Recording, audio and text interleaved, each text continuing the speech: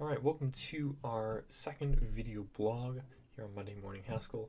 This is going to be our second one that's sort of devoted to Rust and devoted specifically to looking at the sort of Rustlings tutorial framework that we can use to learn some of the basic elements of Rust syntax. Yeah, in this one we're just going to go through a few more of the different topics that we can just sample from all these different exercises, and this will just teach us some interesting things about Rust syntax, and I've tried to focus on some areas that really represent a little bit of a departure in terms of Rust syntax versus some other languages, even like Haskell in some ways.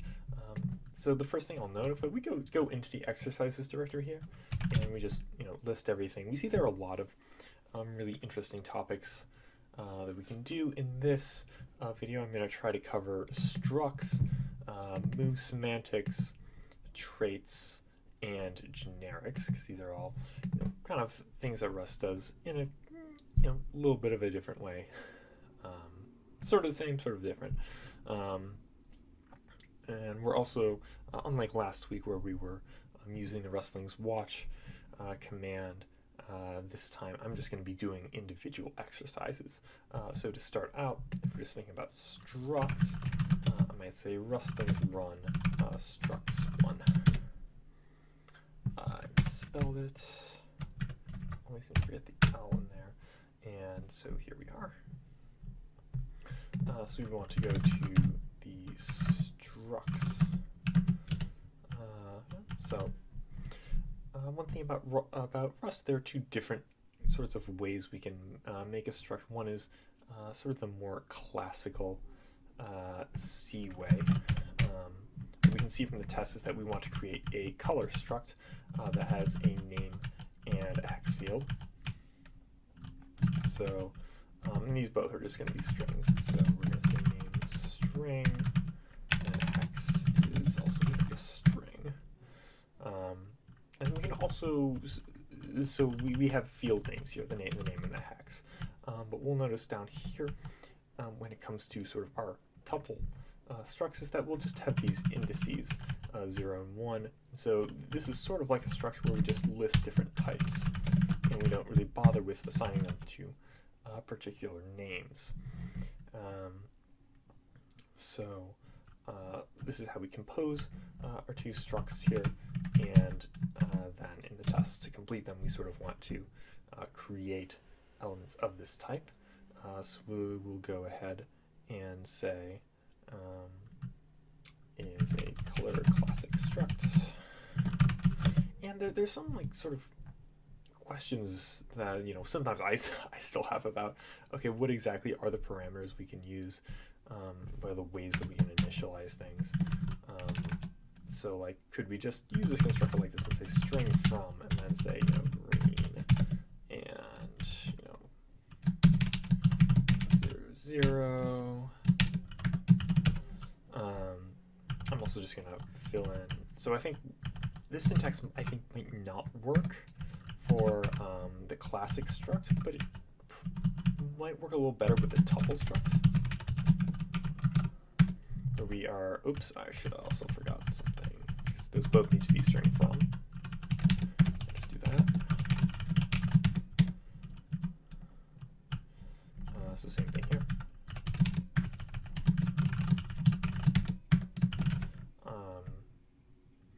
So yeah, notice that we're using green.0 and green.1 with our tuple struct, and then we also need to make a unit struct, which is just do this. So let's now. So yeah, this is kind of annoying part. We can save our file, but we need to run it again manually. So what have we got here? I misspelled something. Color classic struct. Did I?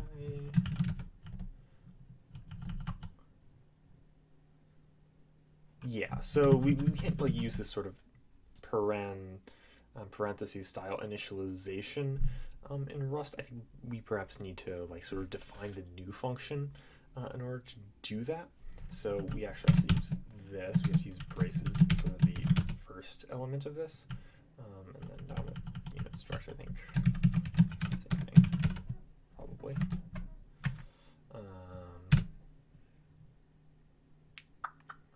And yeah, now it's unhappy with us, I think, because we also need to put the names in there. We can't just sort of do the fields in order. We have to say name is this string and hex is this string. And let's see if that works. And now it passes. So yeah, so creating structs is a little, there's a little more baggage associated with that in Rust when compared to some other languages. And there are certainly some sorts of shortcuts you can take to make this a little easier. But let's move on to the next exercise. So yeah, in this one,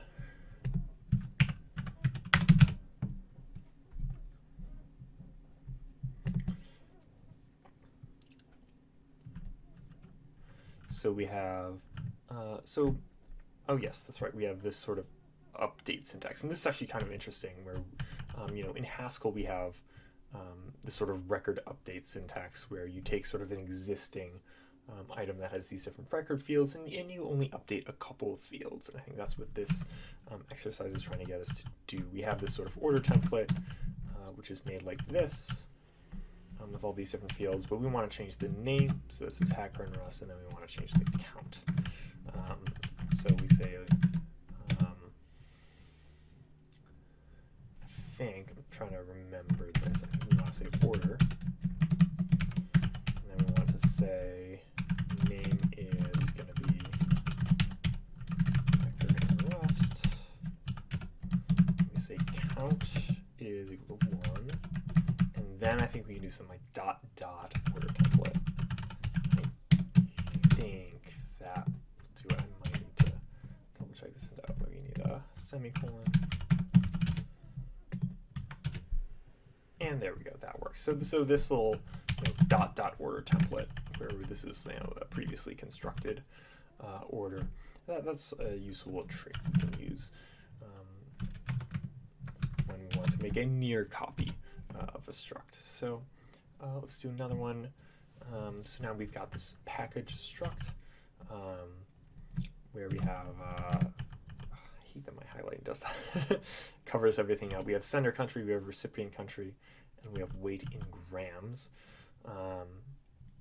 So if we look down at the test, the first thing we see is this should panic. Apparently if we make a package with a negative weight, it should panic. I think that's like standard panic.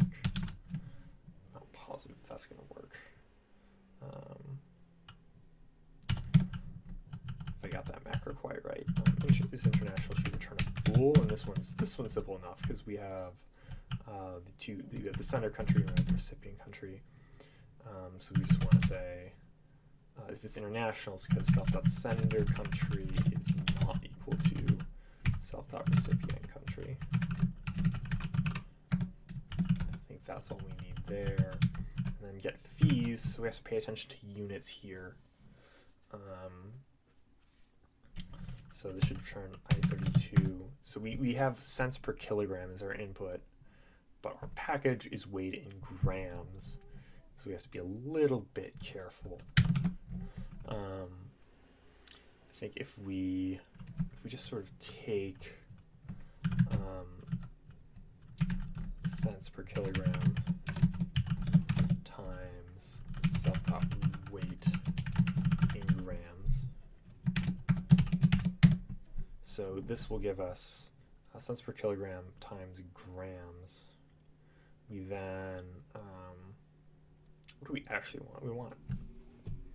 We need to multiply, in order to really make this work correctly, I think we have to multiply by kilograms per gram. So we have to divide by 1,000 basically. I think that'll work. Let's see if this works. We're missing, oh yeah, that's right, we have to fill in this test case down here.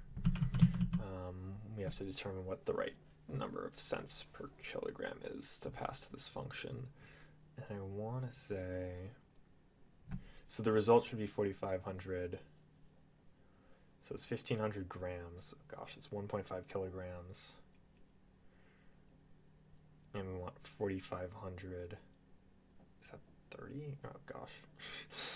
My mental math doesn't work very well with different dimensions.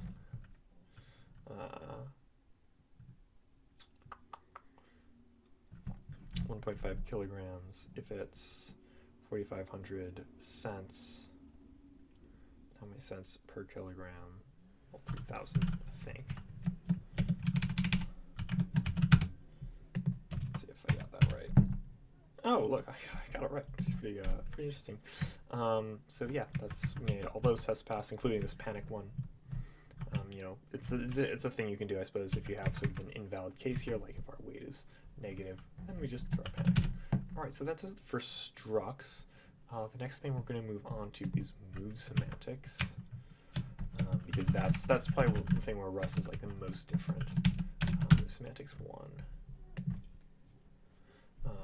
So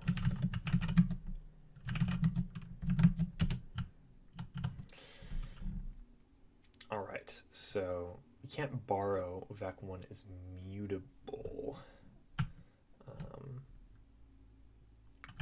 Right, so we have, I think this one's pretty simple. We have, you know, vector 1 is declared here, but then we try to push to it here. We have one print statement with vector 1 here and another here. Well, we just need to call it mutable, and then I think this one's going to pass. Cool. So that's where we're pushing to the same vector. Now we want to pay attention here, because I think these exercises, there's just some subtle differences. So now what we see here is that we're printing vec0 dot length and then pushing to vec1. So vec1 in this case is properly v1. But let's go ahead and see what the problem is. Right, so in this case, we've sort of created a new vector, and go back here. Yeah, we do that as well. But what's happening here is that we're moving vec0 when we use this expression, so we can't use it down here. But what we observe is that, you know, this function doesn't actually need the original vec0, it just wants to sort of copy it. So we're going to pass in a copy. We're going to say vec0.clone. I think that'll pass. I think I can do that. Okay, so that one works. So vec0 remains this independent thing that has length 0. So moving on to semantics 3. So what's wrong with this one? Okay, so we cannot borrow this as mutable. I think this one might just be a matter of okay, so we don't, in the previous ones we were sort of initializing a new mutable vector down here, and I think here we just need to say that our parameter is mutable. I think that'll be enough. Yeah, okay, so that's move semantics 3. And there's a fourth one. Cool.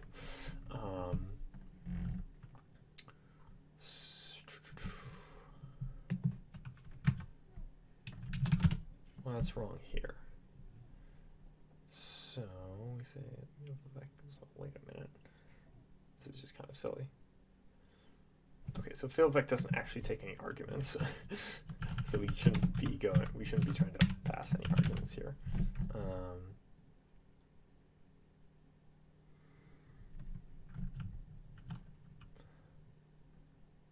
Okay, so we're just trying to create mutable vec equals.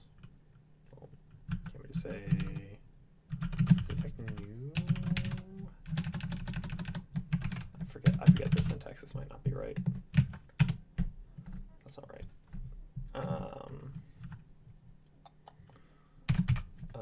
We say vec 32. I don't know about that. No. Let's.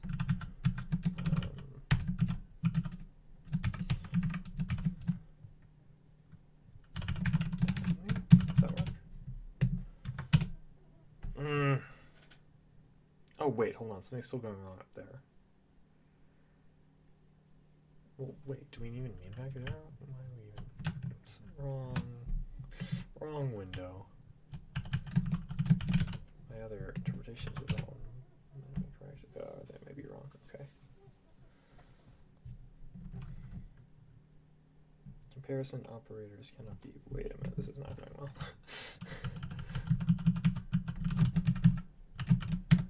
Now I have to go back through the things I was trying down here.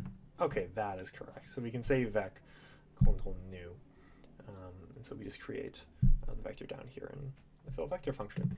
And okay, I think that's all of the exercises for the move semantics. Let's go to traits now. I think there are only 2 in the traits category, although these are like a little bit tricky.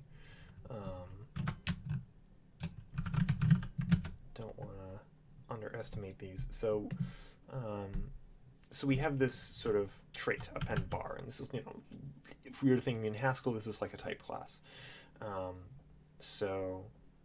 Here's our implementation of the append bar class of the trait, except for the string.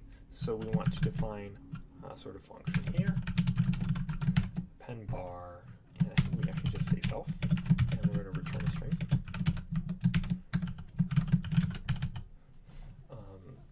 Wait, do we even need a manager? We need this reference, but we'll see.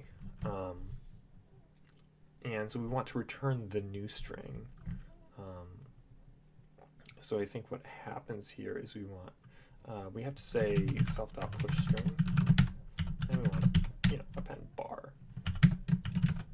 But then I think, because the pushString function just sort of returns, it'll just go ahead and return void or return null, like the unit type rather. So we can't return that immediately. We then have to go and say return self, or just self if we want. But I'm in a more C-like mood. Cannot borrow is mutable. That's right. Okay, so self has to be mutable because we're doing push string. That is part of the trick. And now it works. Cool. So we made this, you know, this trait append bar. It's like a type class where we can just append bar. But in the second version of this exercise, we have to do our own implementation, except now we're using vectors of strings. So we say impl append bar for vector string. And so we have function append bar mutable self, except what we're returning here is a vector of strings. Okay. I forget, is self even have pushback? I'm actually going to consult this Rust documentation really quick. I think it's pushback. Give me 1 second.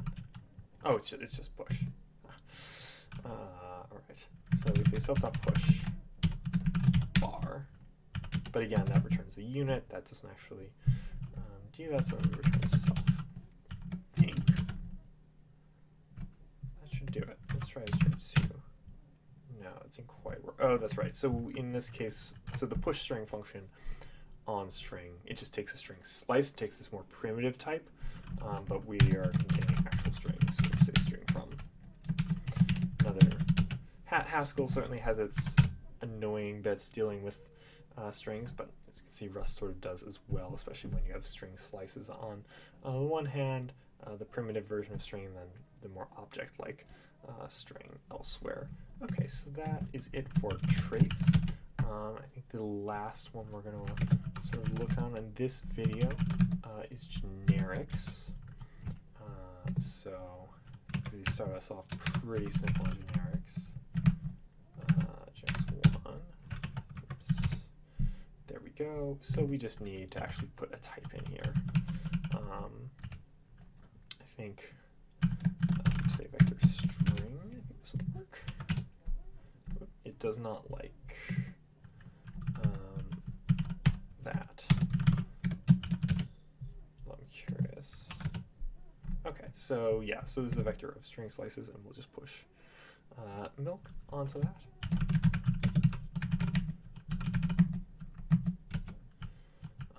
So now with our next one, we start getting a little trickier. So we have this wrapper struct, but we would like, instead of it just having this, U32, in this other example, we see that our wrapper contains a string.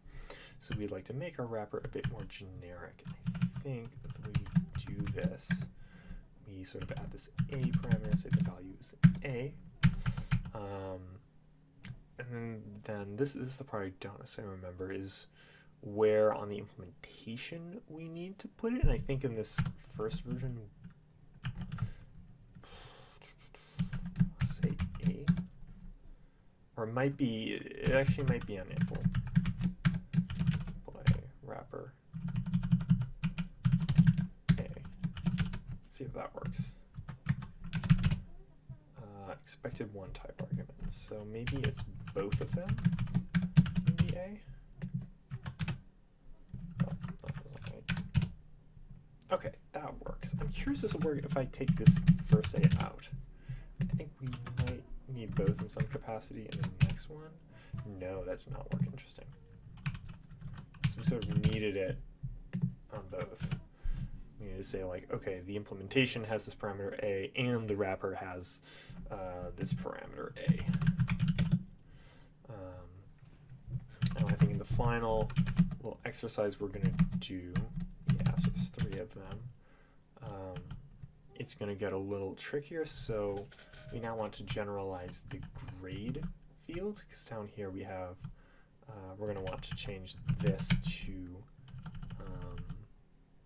A+. So we want grade to be a generic field. Right now it's just an F32, it's a floating point value. So we want to say report card takes this general type parameter, and we'll say grade is A. And now we're going to do the same thing here. Add it, but I think this is going to be not quite good enough, because we don't have, we need to have a constraint of some kind. So, in Haskell, when we declare our type classes, we can sort of put constraints on them, and I think Rust is the same, if I can remember the syntax. I think put it here like this, like A must be sample for display, and that works. Awesome. So we just added this constraint here, like so, and that made it work. So yeah, that's all we're going to do for just showing how Rustlings works. And next week I'm going to start looking at, how would we do this with Haskell? Because I think it would be really good for, sort of the beginners aspect of Haskell, to just have a program like this that would sort of automatically walk you through some of the basics. Obviously, I've tried to put together a lot of blog posts and materials that would help with that, but just having an automated tool would just be really cool, I think. So yeah, next week I think I'll do another video blog where I just sort of start messing around with that idea. So stay tuned.